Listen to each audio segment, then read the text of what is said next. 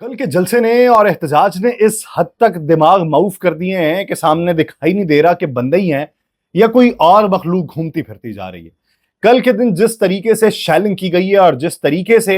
ریاستی طاقت کا بھرپور استعمال کیا گیا ہے، اس کے باوجود بھی یہ اپنے آپ سے لبادہ اتارنے کو تیار نہیں ہے۔ اس کے باوجود بھی باتیں کیا ہیں کہ مریم نواز کی فتح ہو گئی ہے، باتیں کیا ہیں کہ راولپنڈی کی عوام نے جو ہے پاکستان تحریک انصاف کے موقف کو مسترد کر دیا ہے، باتیں کیا ہیں کہ ان کے احتجاجوں کے اندر تو اب لوگ شامل نہیں ہوتے، باتیں کیا ہیں کہ اب جو حکومتی مشینری ہے خیبر پختونخوا کی، اسے احتجاج کے طور پہ استعمال کیا جاتا ہے۔ آپ سب پر سلامتی ہو، میں یاسر رشید ہوں اور آپ میرا ویلاگ دیکھ رہے ہیں۔ ناظرین، کل کا راولپنڈی کے اندر پاکستان تحریک انصاف کا احتجاج جس نے کامیاب ہو کے حکومت کو یہ پیغام دے دیا ہے کہ اگر آپ رکاوٹیں لگائیں گے، اگر آپ پولیس کی بھاری نفری تعینات کریں گے، اگر آپ دفعہ 144 لگائیں گے، اگر آپ مقدمات کی بھرمار کریں گے، اگر آپ ہمارے لوگوں کو حراست میں لے لیں گے، اگر آپ ہمارے ڈیروں پہ چھاپے ماریں گے، ہمارے گھروں پہ چھاپے ماریں گے، چادر اور چار دیواری کا تقدس پامال کریں گے، اگر آپ ہمارے دفاتر کے اوپر حملے کریں گے، اگر آپ ہمیں پابند سلاسل رکھنے کی دھمکیاں دیں گے، اگر آپ ہمیں کسی مقدمات میں ملوث کرنے کی باتیں کریں گے، اگر آپ یہ کہیں گے کہ آپ کی حکومت صحیح چل رہی ہے، تو پھر اسی طریقے سے آپ کو جواب دیا جائے گا اور اسی طریقے سے ہم جو ہیں آپ کے حصار جو ہیں وہ توڑتے ہوئے جن شہروں میں احتجاج کا اعلان ہوگا انہی شہروں میں جائیں گے۔ کل کے دن ہوا کیا؟ کل کے دن جب کلوزنگ سیرمونی تھی، اس وقت کے ٹائم دیکھنے میں یہ آیا کہ پاکستان تحریک انصاف کے وہ لوگ جو واپس جانا چاہتے تھے، یعنی جو اپنا احتجاج مکمل کر کے واپسی کا راستہ اختیار کرنا چاہتے تھے، کہ پارٹی لیڈرشپ یہ اعلان کر چکی تھی کہ آپ واپس چلے جائیں، انہوں نے جب واپسی کا راستہ اختیار کیا تب معلوم پڑا ہے کہ آگے بھی راستہ بند اور پیچھے بھی راستہ بند کر دیا گیا۔ یعنی یہ سچویشن ان کے ساتھ ہوئی، اور آنسو گیس کی جس حد تک شیلنگ کی گئی، میں نے کل کے ولاگ کے اندر یہ بات کی تھی کہ آدھے راولپنڈی میں آکسیجن میں مسائل کا سامنا تھا، لیکن جب رات گئے پھر وہاں پہ شیلنگ ہوئی ہے تو کہا یہ جاتا ہے کہ 3% حصہ راولپنڈی کا جو تھا اس میں فضا جو تھی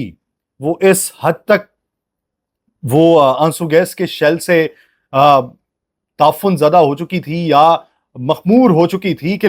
دکھائی نہیں دیتا تھا کہ یہاں پر ہے کیا، اور وہاں پر سانس لینے میں دشواری تھی۔ لیکن اس سارے حربوں کے باوجود بھی وہ اپنا احتجاج کر گئے، آپ کے دفعہ 144 لگانے کے باوجود بھی ان کا احتجاج ہو گیا۔ اب اڈیالہ جیل کے اندر بیٹھے ہوئے بانی پی ٹی آئی کے اوپر ایک نیا مقدمہ درج کیا گیا ہے، اور ساتھ میں اس مقدمے میں نامزد کیا گیا علی امین گنڈاپور کو، کہ عمران خان نے جیل کے اندر بیٹھ کر یہ حکم نامہ جاری کیا کہ احتجاج کرو حکومت کے خلاف اور نقص امن کا خدشہ پیدا کرو، اور اس کی ایگزیکیوشن جو ہے وہ علی امین گنڈاپور نے کی۔ آپ نے کل کے دن ایک 80 سالہ خاتون جو امام بری سرکار آئی ہوئی تھی،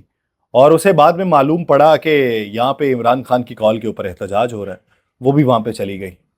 اور جب وہاں پہ گئی ہے تو پولیس نے گرفتار کر لیا۔ پولیس نے گرفتار کیا ہے، اب اس کی جیب میں سے 10 روپے نکلے، کوئی جو ہے شناخت اور معلوم نہیں پڑ رہی، وہی جو بتا رہی ہیں کہ میں کراچی سے میرا تعلق ہے، میں امام بری سرکار آئی ہوئی تھی اور وہاں سے میں احتجاج کا سن کے یہاں پہ آ گئی، پولیس نے بٹھایا ہوا عدالت پیش کیا۔ یعنی یہ اس طریقے سے آپ حوصلے پست کرنے کی کوشش کر رہے ہیں، یہ اس طریقے سے نہیں سمجھایا جاتا ہوتا، اس طریقے سے پیغام نہیں دیا جاتا ہوتا۔ ریاست کے پاس بہت سے آپشنز ہوتے ہیں جس کی وہ ایگزیکیوشن کر کے عوام کو رام کر سکتی ہے۔ آپ مختلف امپائرز کی تاریخیں پڑھنا شروع کرتے ہیں، آپ ابھی اگر ان کی شخصیات کے بارے میں دیکھیں تو بہت سے لوگوں کو تحفظات تھے۔ اکبر بادشاہ کی شخصیت کے بارے میں، اسلام کے بارے میں، اس کے رول کرنے کے بارے میں بہت سے لوگوں کو اختلاف تھا، لیکن اس نے رعایا کو ساتھ جوڑنے کے بھی اقدامات اٹھائے۔ اب اکبر بادشاہ چاہتا تو کیا نہ کر سکتا تھا، رعایا مخالف ہو جاتی اس کو کیا ٹینشن تھی، دیگر مذاہب والے مخالف ہو جاتے اس کو کس چیز کی پرواہ تھی، لیکن رعایا کی